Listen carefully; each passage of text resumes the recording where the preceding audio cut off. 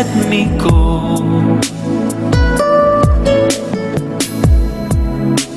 I lay it all down again. Bonjour, bien-aimés dans le Seigneur. Bonjour, Paul. Soyons davantage les bienvenus dans la présence de notre Dieu. Amen. Dans sa grande bonté et sa fidélité, nous donne cette grâce d'être présents devant lui et d'avancer dans ce culte à la gloire de ton son, Seigneur. Amen. Nous reconnaissons ce privilège qui nous est accordé. Alléluia. Nous n'allons pas oublier de saluer nos très chers téléspectateurs qui continuent de disposer les précieuses minutes de leur temps, bien-aimés. Nous apprécions le temps que vous disposez à suivre nos messages vidéo et nous vous encourageons davantage dans cet élan. Pour ce temps que vous disposez n'est pas une perte. Amen. Parce que nous croyons que vous le disposez à Dieu. Et comme c'est à Dieu que vous le disposez, il est pleinement capable et plus encore fidèle pour utiliser les minutes de votre temps pour l'accomplissement de ses plans parfaits dans vos vies. Alléluia. Amen. Donc nous remettons les mains du Seigneur qui nous conduisent davantage par rapport à ce moment du partage.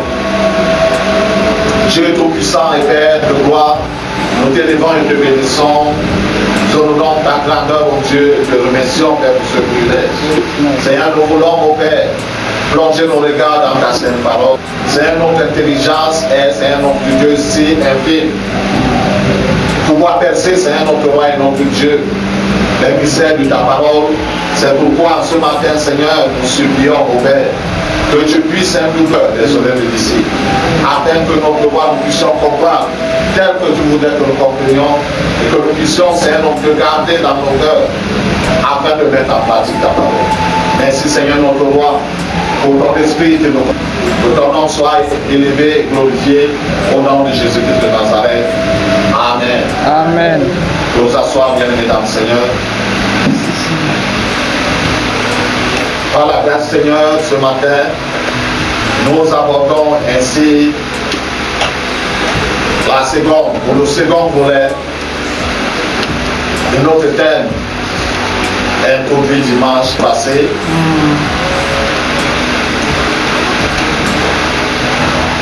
À savoir, la vie chrétienne est-elle une série d'interdits?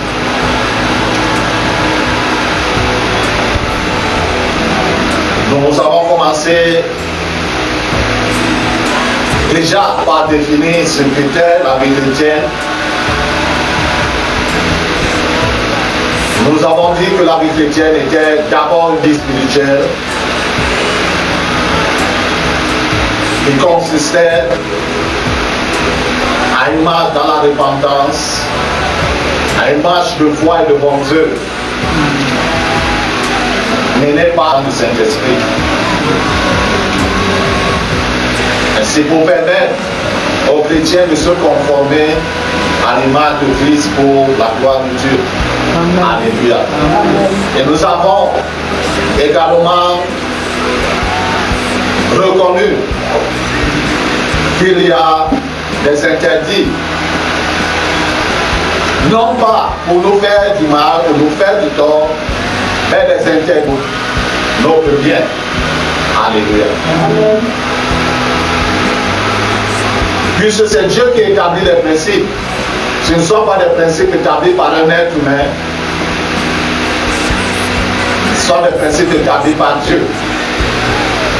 Ayant établi les principes, la vie chrétienne, elle aussi, fonctionne selon les principes. Et celle de Dieu, bien entendu, celle de Dieu, pardon, pour que nous puissions avoir une marche chrétienne réussie, il faudrait que nous puissions nous conformer à ces principes. Amen. Alléluia. Amen. Donc, il y a restriction. Il y a des choses qui ne nous sont pas autorisées à faire pour être conforme. C'est à Dieu. Amen. Amen. Alléluia. Amen.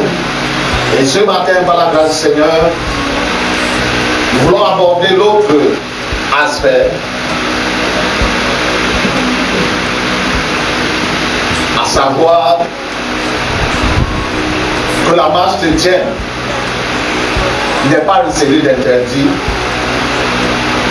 pour celui ou celle qui s'y engage. Alléluia. Voulons lire dans l'Évangile selon Matthieu.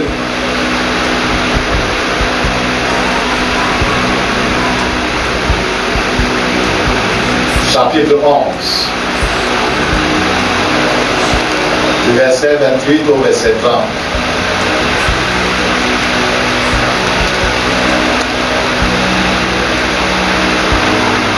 Venez à moi, pour tout ce qui est fatigué et chargé, et je vous donnerai du repos. Prenez mon joug sur vous et recevez mes instructions, car je suis doux et humble de cœur, et vous trouverez du repos pour vos âmes. Car mon joug est doux et mon fardeau léger. Amen.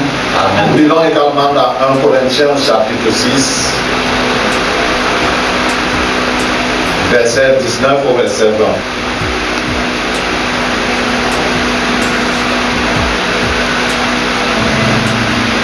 Un Corinthiens chapitre 6, verset 19. Ne savez-vous pas que votre corps est le temple du Saint-Esprit qui est en vous, que vous avez reçu de Dieu et que vous ne vous appartenez point à vous-même, car vous avez été rachetés à un grand prix. Glorifiez donc Dieu dans votre corps et dans votre esprit qui appartiennent à Dieu. Amen. Amen. Dans la vie chrétienne, est la réponse à un appel lancé. Amen. Alléluia. Par le Seigneur Jésus lui-même.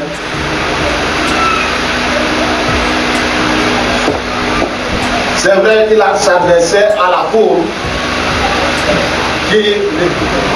mais il s'adressait plus précisément à ceux de la foule qui étaient fatigués et chargés. Alléluia. Amen. C'est ceux-là, seuls, qui peuvent répondre à l'appel lancé par le Seigneur Jésus. Aussi longtemps, on n'a pas encore atteint la fin de sa course, en ayant cherché par-ci par-là, en ayant marché dans ce chemin et dans l'autre, en ayant couru poursuivant le vent, jusqu'à ce qu'on ait épuisé tous ses moyens, on ne peut pas se tourner vers le Seigneur. Vérité.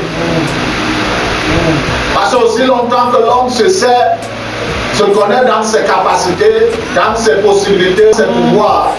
Donc l'appel là, il va l'entendre, mais il ne va pas se sentir concerné. Vérité. Alléluia. Amen. Mais ce n'est que celui ou celle qui est arrivé à la fin de sa course. Alléluia. Amen. Tu as-tu déjà couru à un niveau, tu veux réellement courir, ton cœur veut courir davantage, parce que tes assaillants sont derrière toi, mais ton corps dit que ici là, à un pas de plus et je me cours. Un pas de fond. Tu comprends que à ce niveau-là, tes assaillants, ou alors si Dieu n'intervient pas, tes assaillants vont t'exterminer. Amen. Tu n'es que ceux-là qui peuvent répondre à cet appel. Et lorsqu'ils répondent à l'appel, ils ne trouvent plus les interdits ou les récits comme étant une contrainte. Vérité. Ils ne trouvent plus ces interdits comme étant quelque chose d'opposé à lui. La personne réalise donc maintenant que la course, c'est la marche que j'ai eu à faire. Selon mes désirs, selon ma philosophie de la vie, c'était donc l'erreur. Alléluia. La personne comprend qu'elle a eu à perdre de l'énergie, à perdre de l'argent, à perdre les années de sa vie dans une course inutile. Alléluia. Parce que qui concourt et court sans Jésus-Christ dans cette vie, il est en train de courir inutilement. Donc le Seigneur dans cet appel, il n'a pas été, comment dire, fou. dans ses déclarations. Il a été très ouvert. Venez à moi, vous tous qui êtes fatigués et chargés, et je vous donnerai quoi? Ça veut dire que la personne a épuisé toutes ses cartes. Amen. Et comprend que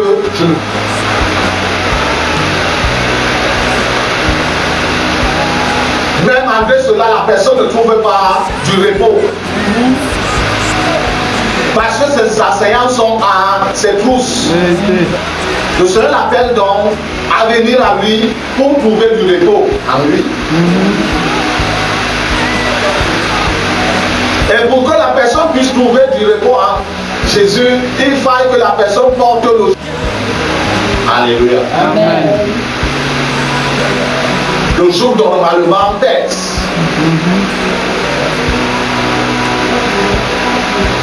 Parce que c'est cet instrument en bois qu'on met le cou du bœuf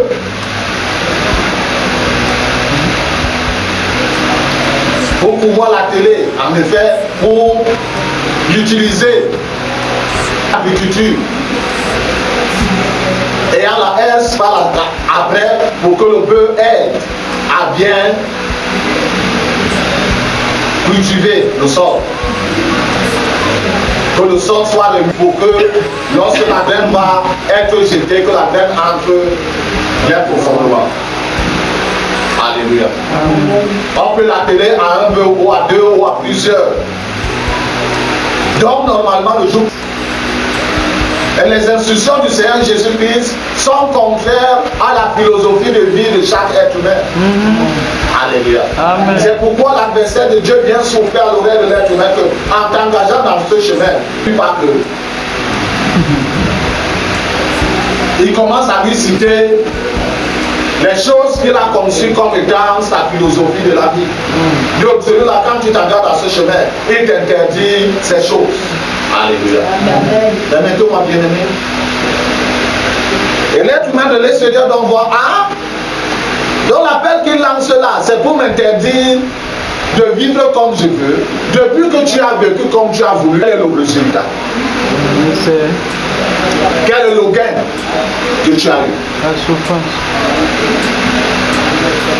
Plusieurs, lorsqu'ils arrivent dans la vieillesse, ils commencent à regretter la vie qu'ils ont eue. Ils peuvent même avoir eu des enfants, avoir même de l'argent, avoir même l'héritage à laisser à leur progéniture. Mais les regrets viennent. Parce que la personne a mené sa vie selon sa philosophie de vie. Par contre, si tu as mené ta vie selon les instructions du Seigneur, tu n'auras pas de regrets. Amen.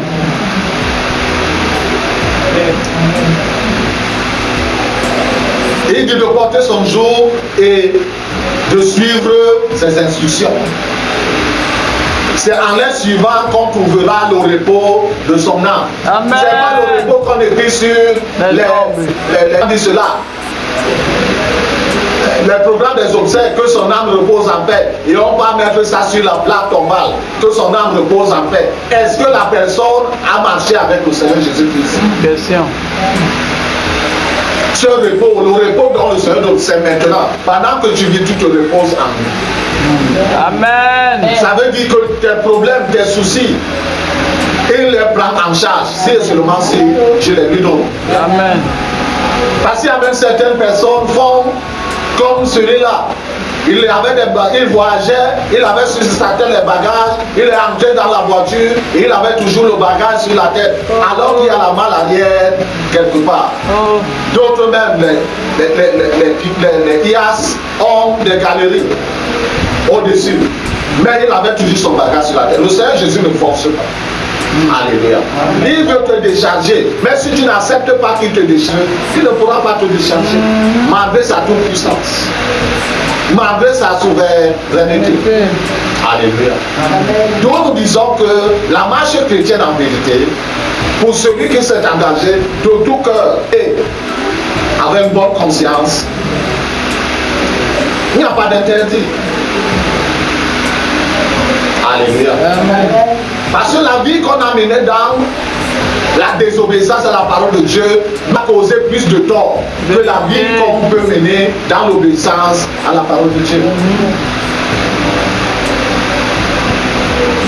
Parce que la véritable vie réussie, ce n'est pas celle physique, ce n'est pas la réussite, mais la vie spirituelle selon les prescriptions de la parole de Dieu.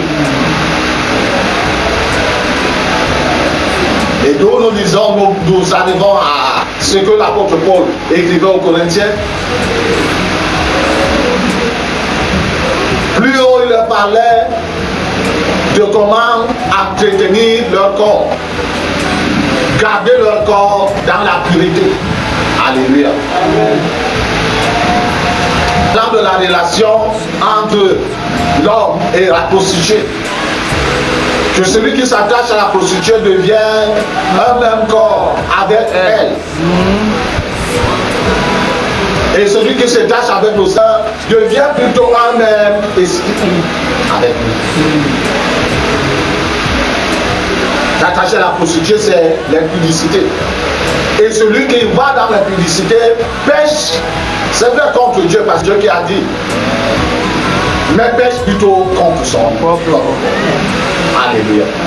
Lorsqu'on marche selon la philosophie de la vie qu'on s'est donnée, on pêche contre son propre corps, on se fait mal à soi-même. Parce que toutes ces choses qu'on considère comme étant des interdits, ce sont des choses inutiles. Vérité. Et des choses inutiles, on n'en a pas besoin. Ce ne sont que des choses utiles. Les choses utiles sont des choses nécessaires, indispensables. Alléluia. Je suis perdu.